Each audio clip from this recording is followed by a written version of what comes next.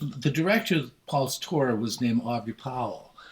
His nickname was Poe, and he was one of the co-founders, along with a fellow named Storm Thurgeson, of Hypnosis Records.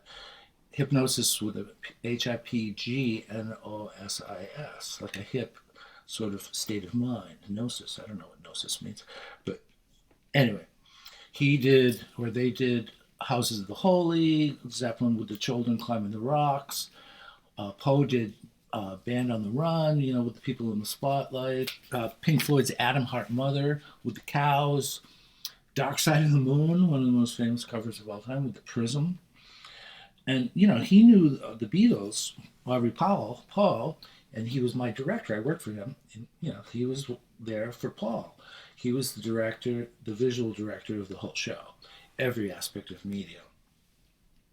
Anyway, we would talk sometimes. He said, Michael, come have a brandy with me or something. We'd sit down somewhere.